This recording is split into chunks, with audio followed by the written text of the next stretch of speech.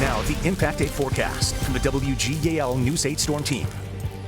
The theme has been this Arctic air has been just making it feel below zero in terms of the wind chills. We have a cold weather advisory from 1 a.m. to 10 a.m. for your Thursday, so we have it as an impact period for this persistent Arctic air, or this long-lasting Arctic air. And this has been, by the way, the longest stretch in years in terms of this very cold Arctic air. We could also be challenging record lows these next couple of nights. Looking ahead into the weekend, we've been talking about this nor'easter that's going to develop, but the question was, where's the track at right now with the system? And it looks as though this system continues to push east, and it'll be going out to sea. So we're going to chat more about that, but weekend snow chances are beginning to drop. So let's go over the rest of the forecast for this evening. Decreasing clouds with bitterly cold chills persisting, 12 degrees for air temperatures, dropping down to 4 for overnight tonight with mostly clear conditions. Chills down to -5 to potentially -15 degrees for wind chills. Then for tomorrow, partly sunny, still feeling brisk and frigid,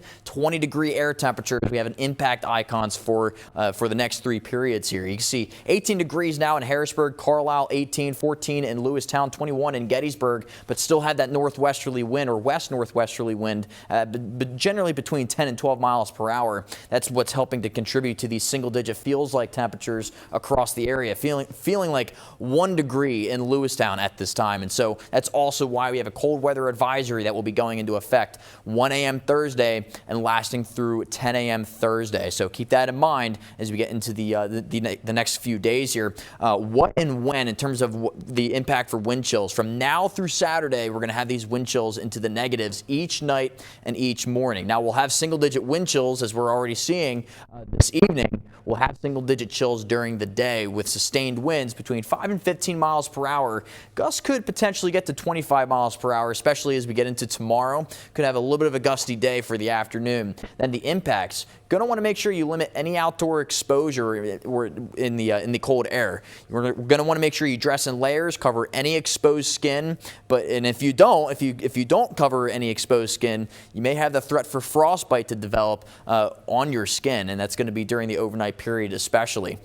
Now, Storm Team Live Radar Network, precipitation-wise, not seeing anything, but it's more so I wanted to show you the cloud cover that you can see on our satellite imagery. That's now beginning to push out of the Susquehanna Valley. We're starting to see some clearing in most spots in the valley, so seeing mostly clear conditions developing, and that'll be lasting into the rest of this evening into tonight, as you can see. Now, we'll generally have partly to mainly clear conditions, and that's all thanks to high pressure that's beginning to develop from the south and starting to move towards our east. You can see we'll still see those mainly clear conditions for our Friday evening. Now, something I want to show you, the model comparison as we get into the weekend. I'm going to show you the European model and the American model. I'm going to step off on this side of the screen so I can show you this is where the action's happening. So here's the Susquehanna Valley. Here's the European model in terms of this nor'easter that's developing. This is one of the top 2 models that we as meteorologists use when we're analyzing these surface maps. So you can see the general track of the system is going where?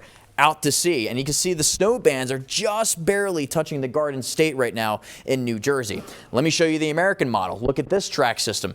Going off towards the northeast is right in the same area. I'm actually going to back up quick. I kind of skipped through that a little too quick there. I want you to see what I was seeing on the American model. Here's the American model here. It just slightly swipes the Garden State. So it's moving towards the northeast. That's something that we like to see as meteorologists, is the consistency between these models. And so because we're seeing this consistency, we're beginning to grow more confident in terms of its track, not expecting any snow showers for your Saturday and Sunday. Still have that impact period though as we get into our Thursday, Friday, and Saturday. That's for those brisk and frigid feeling conditions, and those sub-zero wind chills each night could, like I mentioned, could break some potential record lows for our Friday morning.